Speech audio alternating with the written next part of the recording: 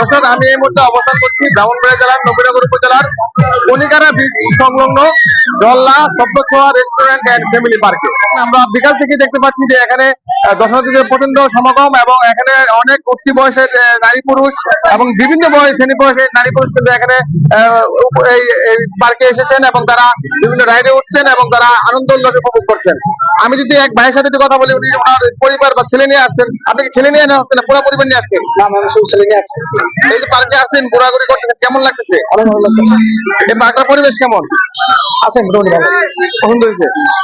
দর্শক, যেমনটা দেখছিলেন যে এই পার্কের যে পরিবেশ, যে সৌন্দর্য, সব কিন্তু এখানে সবাই এখানে উপভোগ করছেন। আমি যদি এখানে আরেকজন আমাদের একটা আন্টিও আসছে পরিবার নিয়ে এখানে ঘোরার জন্য এই পার্কে। আমরা বিকাল থেকে দেখছি এখানে অনেক মানুষ।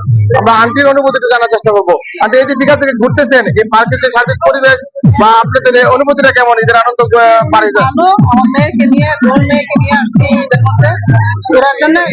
পরিবেশ অনেক সুন্দর। আজকে যে আপনি সারাদিন এখানে ঘুরলেন, আপনার এখানকার যে সার্বিক পরিবেশ মানে অন্য কোথাও গেছেন না, শুধু এখানে আসছেন? শুধু এখানে আসছি।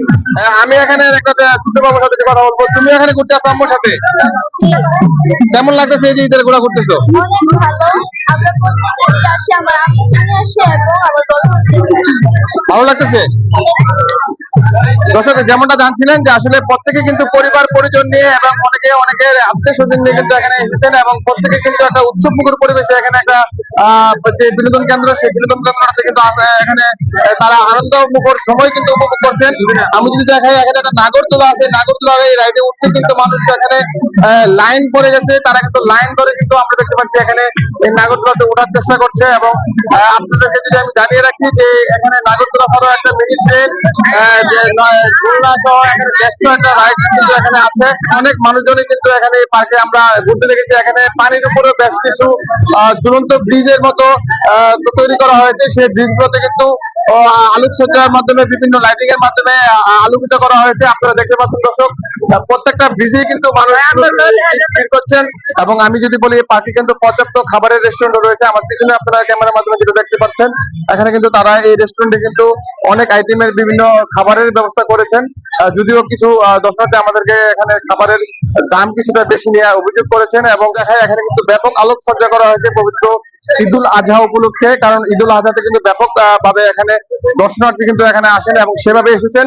ব্যাপকভাবে এখানে আলোকসজ্জা করা হয়েছে। ব্যাপকভাবে এখানে এই আলোকসজ্জার মাধ্যমে এই জায়গাটা কিন্তু পার্কের প্রত্যেকটা অংশ কিন্তু এখানে রঙিন করা হয়েছে। আপনারা দেখতে পাচ্ছেন বিভিন্ন আলোকসজ্জার মাধ্যমে পার্কটিতে কিন্তু একদম চমৎকার একটা পরিবেশ করা হয়েছে।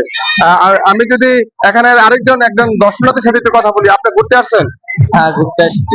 কখন আসছেন? আসছি আনুমানিক ঘন্টা দুয়েক হবে। এই যে ঘুরতেছেন, পার্কের পরিবেশটা নিয়ে কোনো অভিযোগ বা পার্কের পরিবেশটা কেমন? পরিবেশ বলতে পরিবেশ অনেক সুন্দর, মানুষ অনেক বেশি, অনেক ভালোই লাগে, খারাপ না। আপনি কি একা আসছেন না বন্ধু বান্ধব নিয়ে আসছেন? হ্যাঁ, আমার দুইটা ফ্রেন্ড আছে। সবাই আপনারা খুশি? আমরা অনেক খুশি, অনেক হ্যাপি, অনেক মানুষজন আছে, আনন্দ হচ্ছে আমাদের। ধন্যবাদ আপনাকে।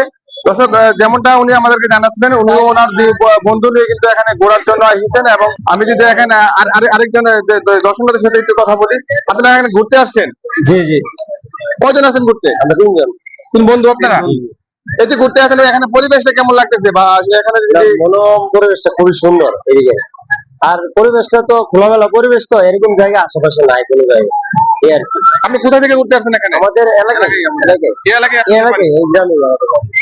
জি, ধন্যবাদ আপনাকে। দর্শক, উনিও যেমনটা আমাদেরকে জানিয়েছিলেন যে আসলে তারাও এলাকারই মানুষ এবং তারাও বেশ কয়েকজন বন্ধু বান্ধব কিন্তু এখানে ঘুরতে এসেছেন।